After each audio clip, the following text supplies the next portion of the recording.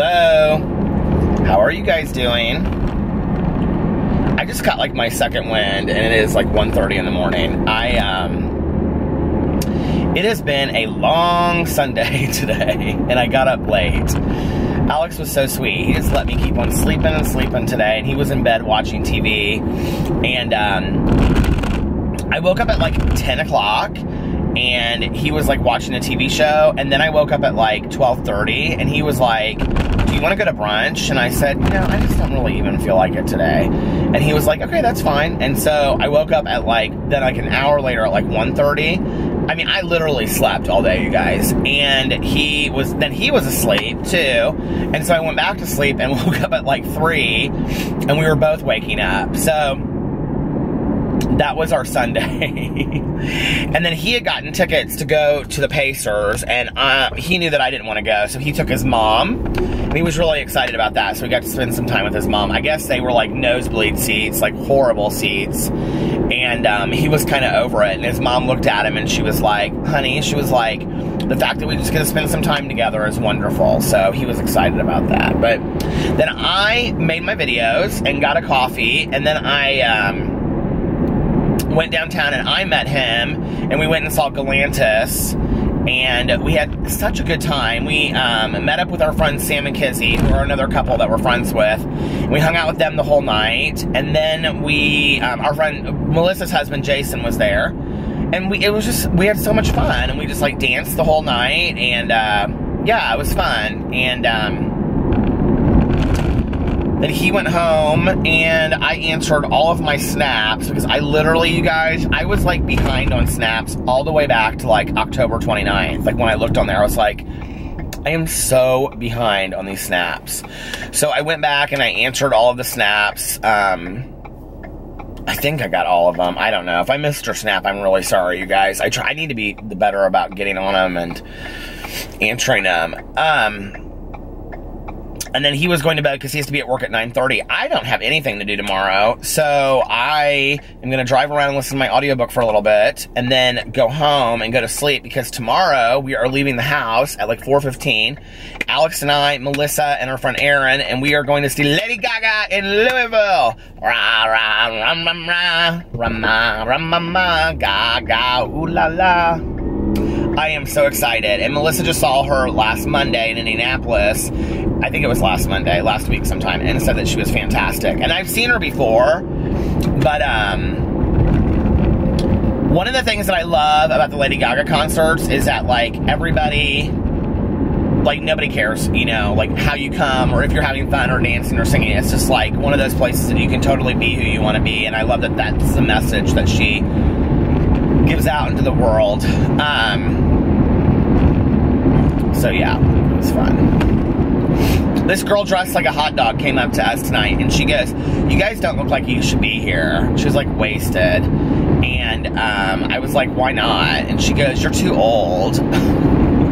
And my friend Kizzy goes, we created this moment for you. This girl was like so out of her mind, and she goes, what do you mean? She was like, this girl was so rude to us, and she was like, we created this moment for you so that you could enjoy this. And the girl just looked at her and she goes, huh?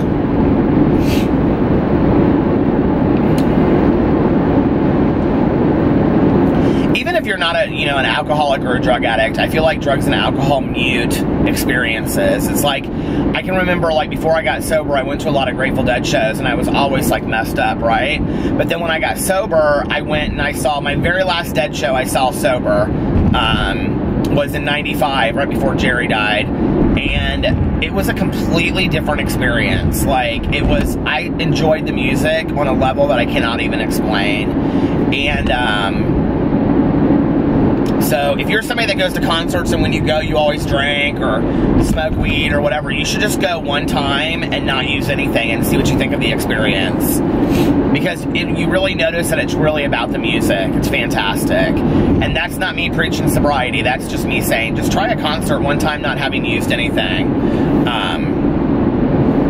I don't know, it made me look at it in a completely different way. I was just programming my stations. I do this every year, and it was weird because I was in the driveway and I was like, oh my god, I cannot believe it. It's time to do this again. I was programming my Sirius stations to all of the holiday stations. There's like 5 of them. You can Google them and find out what they are, but I can tell you it's like 4, 49, 76. I can't remember what they are, but anyway, 2 of them are already going, and I was listening to the first Noel before I started this. Now, I love Halloween, but I love Christmas on a completely different level, and it's very interesting because when I was growing up, I loved Christmas because of Santa Claus and all that kind of stuff, you know, like the toys and the gifts and all of that were always very nice. But my family growing up was not a family that got together very often. And, you know, like, my mom and my aunt, like, every weekend, we went over to their house because my mom was just kind of lonely, and so that's what we did when I was growing up after my parents got divorced. But I was either with my dad, and we were just the 2 of us, or I was with my mom, and it was just the 2 of us, except for on weekends when we would maybe go to my aunt's house. And then the adults kind of did their thing, and I would watch a movie or read books or play games by myself because my cousin Caroline was older than me, so she was always doing stuff with her friends. And, but holidays I loved because our holidays were always big. My aunt would always invite people that didn't have places to go for Christmas. So it would be like, when I was growing up, well, my grandma passed away when I was 12, but until then it was like, and then after that, there was always, like, my cousin Caroline and I always joke, because my aunt would always have, like, some old lady that was, like, a grandma replacement. But it would be, like, my mom and I, Caroline, my cousin, her mom and dad, and then there would be, like, my grandma or the grandma replacement, and then there would always be, like, 3 or 4 people that, like, just didn't have a family to do something with that year, so they would, like, come over to my aunt's house for Christmas. And, I just told this story on here not too long ago, but when I was growing up, till about 8 or 9, we always did Christmas Eve at my aunt's house and Christmas Day at my mom's house. But my mom, this was a story that she was not, like, she was really, like, she hated this story. And, if she was alive today, she would probably say, I really wish she wouldn't repeat that story. But, you know, it's weird because, like, now that my aunt is gone, I feel like there's a level of honesty that I can tell on my channel and in my, like, writing, because, you know, like, working on these stories with my mom. And I remember I had this conversation with my dad, and probably, I don't know, like a year or 2 before my mom passed away, about how I wanted to write, like, stories about my childhood. And then I said, you know, I couldn't be, you know, honest about some things, and he was like, why not? And I was like, you know, I don't want to offend you or mom. He was like, well, there's nothing that you could say about me that would offend me. And he was like, you know, whatever your truth is, it's your truth. And I was like, I know, but I don't want to hurt mom. But since she's been gone, it's like I can kind of tell these stories. But anyway, this is not a story that she's proud of. But one Christmas Eve, she drove, so my grandma would always stay with us on Christmas Eve, and then she would get up at 4 o'clock in the morning. My grandma, who, you know, smoked 3 packs of Salem Lights a day and would be coughing at like 4 o'clock in the morning, having already had 3 cups of coffee and reading the paper, and she would have, you know, pies and turkey in the oven, because my grandma did all the cooking for Christmas. And, but this one particular Christmas Eve, it was really bad outside, the weather. It was probably, I don't know, let's see, if my parents got separated when I was 6 and divorced when I was 8 or 9, it probably was, I was probably 8. So it was probably 1980. And, it was really, really bad outside, and we were driving home, and my mom put the car in a ditch. And she couldn't get it out. I mean, it was horrible. And so my grandma's panicking, and my mom's like, just doesn't know what to do. And so she gets out, and my mom starts, and we're literally like, we probably could have walked it if my grandma wasn't, like, older and, you know, not in great health. And so, because we were probably like 1.5 miles from our house. And so my mom stood out, and this family came over. and they had this really, I remember they had this really small car, and it was like blizzard conditions outside. And it's funny because I was just thinking about, like, one of my bucket list things is that I want to write a Christmas book. Like, I love Christmas so much that I want to write a Christmas book. And every year I'm always, like, looking for a Christmas adventure. Like, I remember I read David Baldacci's Christmas Train, like, years ago, and I loved it. But, like, I always want to read, like, a Christmas adventure book, you know? But I can never really, like, find one. And, like, I read last year Dashing Through the Snow by Debbie McComber. Okay, Debbie McComber is probably one of my least favorite authors. Like, I just feel like her shit is trite. But, like, I know people love her, and the book was not horrible. It really wasn't. And then, what was the one that I finished it this July. It was about this guy, and he's looking for this woman, and she writes these Christmas blogs, or she writes these blogs, and she's going to be gone by New Year's. I ended up kind of liking it. It wasn't bad. But anyway, so I'm always looking for, and I'm like, you know what? You should write the book you're always looking for, because you can never find it, right? So I have some ideas of, like, what I want to write. But anyway, that Christmas, this family, it was like a man and a woman and their 2 children, I think, shoved us into their car. They were so kind, and they took us home. And I remember we got home, and my mom was like, just go to bed, Peter, sweetie, I'll be up there. And I remember laying in bed and thinking, like, we didn't even put out cookies for Santa Claus and milk, and, like, you know, we didn't put out, like, carrots and water for the reindeer, because we used to always do that. And I was like, how will Santa know that? I must have been younger than, like, 8 or 9, because this is the year that I found out there was no Santa Claus. I must have been, like, 6 or 7. And I wondered how, like, we weren't gonna have, like, how, you know, all that kind of stuff, like. And so, anyway, I went to bed, and my mom and my grandma, like, totally got into it. My grandma was asking my mom, like, I crept to the top of the stairs and I could see into the kitchen, and I was like, they were fighting about my mom calling to get the car out of the ditch. I remember sitting there, my mom was like, you know, still looking very pretty with this, you know, because we would always get very dressed up on Christmas Eve. It was always like this candlelit, you know, fireplace going, very, like, beautiful holiday for us. And then we would go to midnight mass with my aunt and my uncle. And so anyway, and here, like, we always went to the one that was all the hymns. Do you remember that? And then they still probably do it, I'm sure, at some places. And then they read the Christmas story. It's like that midnight mass. And I can just see my mom sitting there holding this glass of wine in her hand, and my grandma going off on her, and my mom going, Mother, go to bed. Mother, go to bed. That's, like, my memory. And so, like, my grandma finally came upstairs, and I, like, rushed into my bed and got into bed, and I remember my grandma peeked her head in, and she was like, to make sure I was asleep, and I acted like I was asleep, but I couldn't fall asleep. And, like, an hour later, I remember my mom came upstairs, and she would, like, go into her bedroom and then, like, bring out presents, and then she would, like, kind of, like, weave down the hallway, like, and that was her putting the Santa Claus presents out. And she did that for, like, a half an hour, and I remember just being really devastated, like, figuring out that my mom was, like, Santa Claus, and that was how I found out that there was no Santa Claus. And yet I played the fantasy up for years, you know? And, like, those are some of the things that you don't talk about in an alcoholic home that are very, very sad, that you play into a lie. And it's not just this lie of, like, what goes on or how much they drink. It's really a belief system, you know? And I could never tell my mom, I know there's not a Santa Claus because your drunk ass was weaving down the hallway, or walking down the hallway weaving, taking my presents out of the end, because she was taking them out of the end closet too, and your bedroom, so I know there's no Santa Claus, not to mention that we didn't do milk and cookies that night. And, you know, but the next year, of course, then we switched it.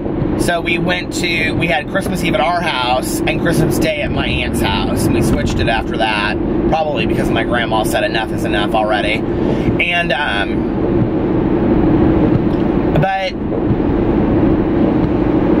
so I don't know, like, I had this kind of very fucked up childhood Christmases, you know? They were always on the outside, very pretty, presents wrapped perfectly. My mom and my aunt in high school both worked at Blocks, which was like an Ayers or like a Macy's, and they worked in like the Christmas wrapping department, so they could like wrap a present, and my mother and my aunt could make bows that looked like they should be given to the President of the United States. I mean, they were like these gorgeous bows, right? And just always like, you know, there would be a theme of color wrapping paper. So maybe one year we were going to do, you know, cranberries, and, you know, I don't know, there would always just be a pattern, you know, like, it just wasn't just random wrapping paper. It was just kind of like this exquisite, you know, it just, everything was so pretty and so perfect on the outside, but on the inside there was so much sadness and so much like, you know, longing. And I've always talked in here about, like, I didn't really know what Christmas with a family truly felt like until I started hanging out with Alex's family, because it's all about them just being together, you know, and like playing Cards Against Humanity, or like singing and dancing and, you know, staying up till 3 o'clock in the morning watching a movie together, or dancing in the kitchen, and there's 3 people over here like whispering tones, talking and drinking wine, and, you know, a couple of teenagers watching a movie and ordering a pizza or getting a frozen pizza, you know, and making it, and after the food's been all put away, and, you know, grandma's having a cup of coffee and reading a book at the counter, and, you know, I mean, it's just, and it's all of that together, and it's just this wonderful family feeling, you know. And if somebody wants to go to bed, they go to bed. And, you know, if somebody wants to leave, and like I usually leave and go get a cup of coffee and come back, you know. And so I always like 3 o'clock in the morning, 3 o'clock in the morning for me on Christmas is always very spiritual. So when I was growing up, it was very much about Santa Claus and those things for me.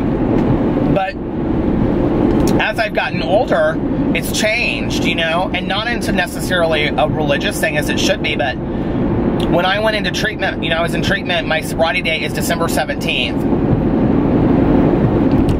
So I was in treatment over Christmas, and I specifically, well, my family wasn't going to come and visit. I think they thought I would beg them to take me out of there. And so I told my friends I didn't want anybody to come, and 2 of my friends, Jim and Michael, did come and visit for like a half an hour. But other than that, I had no contact with anybody on Christmas. And I remember I woke up, and they had these little itty-bitty Christmas trees in our rooms next to each of our beds. So I don't know, third shift must have put in there overnight. They were like this big. And with these, they gave us little presents, and they gave us all like, what do you call it, slippers, and like a candy bar. And I just remember thinking how special that was, you know. And my mom later took that that tree, and she like planted it next to her house. She had it like, I mean, it was turned huge over time. But anyway,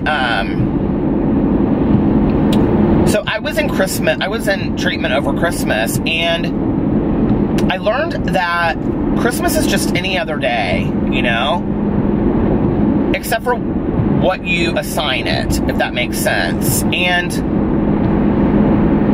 I don't know, there just was something about being in treatment, and, you know, once everybody's visitors had gone home on Christmas Eve, and there we were, and, you know, I remember they had a meeting at like 8 o'clock, and the speaker came in, and that was like one of the worst blizzards ever, I think, was that year of like in Indianapolis, and nobody could really get in and nobody could really get out. And the place that I can remember looking out the window of where my room, and seeing like it's on a hospital campus, and like just seeing the snow just fall and fall and fall that Christmas Eve, and going outside and smoking a cigarette at like 2 o'clock in the morning, and it just was like such, I don't know how to explain it, but such a spiritual feeling of rebirth, you know. And so today, Christmas still has that feeling to me, you know. It has this very spiritual, I don't know how to explain it. It's not, I don't necessarily just mean like a Christian spirituality. I mean, it has a spiritual rebirth feeling to me. And partly because I was in treatment over Christmas, and partly because I think that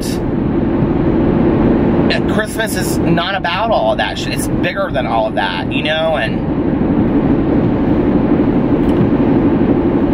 I don't really care if I get anything for Christmas. None of that really matters to me, you know. I love to spend time with my family. And I loved just the no obligation of where I have to go tomorrow or the next day or anything like that, you know? And it's fantastic. So I'm very excited about this Christmas. I love the Christmas season. I love the holiday season. And you know, we have some fun things coming up. We're going to do, you know, we have Thanksgiving at Alex's Aunt Jackie's house. And then we have the Christmas party for one of his jobs, Christmas party for his other job. And then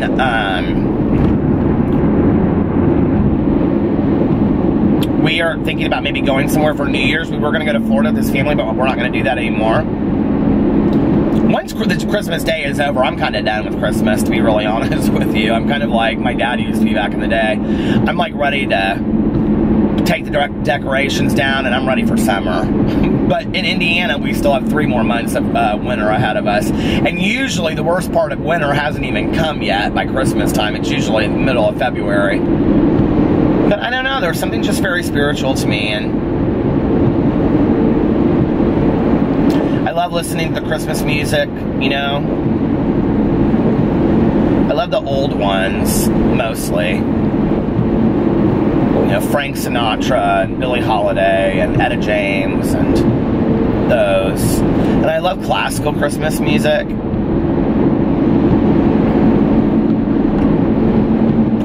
I've never seen the Nutcracker. I would love to do that. We had talked about maybe doing that this year, so I don't know, but I'm just really excited for this whole Christmas season. And, you know, I'm not somebody that goes into things, I try not to, and bitching and moaning about, God, I can't believe Christmas is here already. Can you believe it's Christmas? Can you believe it's almost the end of the year? Oh my God, I don't have any money for Christmas. Doesn't matter if you have any money or not, you know? Like, and I understand people are like, well, I have kids, it matters to them. Well, you do the best you can do, you know? I think kids understand.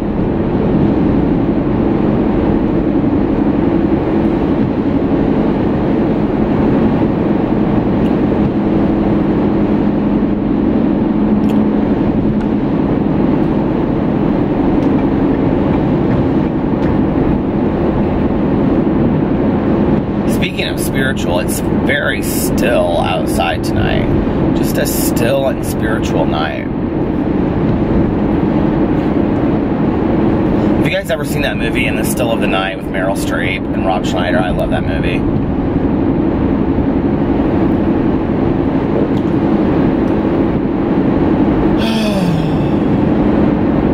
So anyway, we had a good day today. It's a fun day. I'm excited about tomorrow night. Oh my God, and then when we came home, I was so hungry because I hadn't eaten today.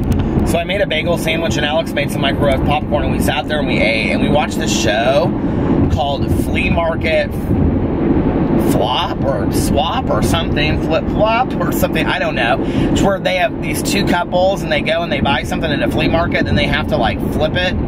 Flea market flip. And then they have to flip it and sell it and see who makes the most. Do you ever just like get obsessed with watching the stupidest shit on TV? And you're like, what is this? And I told Alex, I said, I'm gonna start recording all of these. I like this show. This show's good. He goes, are you serious? He goes, this is so corny. I was like, I know, but I kind of like mindless television. I like not having to think about anything. Recently, I've just been so into like reading. Oh my God, I have been reading so much. It's like every dull moment I have in the house, I've got a book in my hand or I'm listening to my audiobook in my car. My nose is driving me nuts tonight because of my beard. Every time I trim my beard, it does that. I don't know what it is. I don't understand it. You would think it would be the opposite, you know? It's very like foggy and misty out tonight. Somebody said to me, it was interesting, like, because I Snapchatted out us being at the Galantis concert tonight, and someone said, now these are the kind of vlogs that we wish you would put these things in our vlogs. And I wish we could do it too, but the problem is that there's always music everywhere we go. And so, like, I can't put them up and put ads on them because of the music.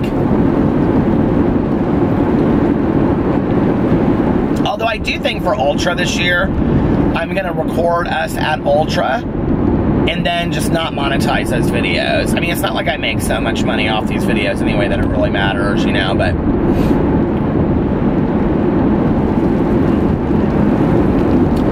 so anyway, guys, I think I'm going to get off here now. I'm starting to lose my voice a little bit. Do you hear it? I hope you guys have a wonderful start to your week, and I cannot wait the next time that you are watching me. I'll have seen Lady Gaga again. Run, run, run, run, run. All right, you guys, I love you. Bye.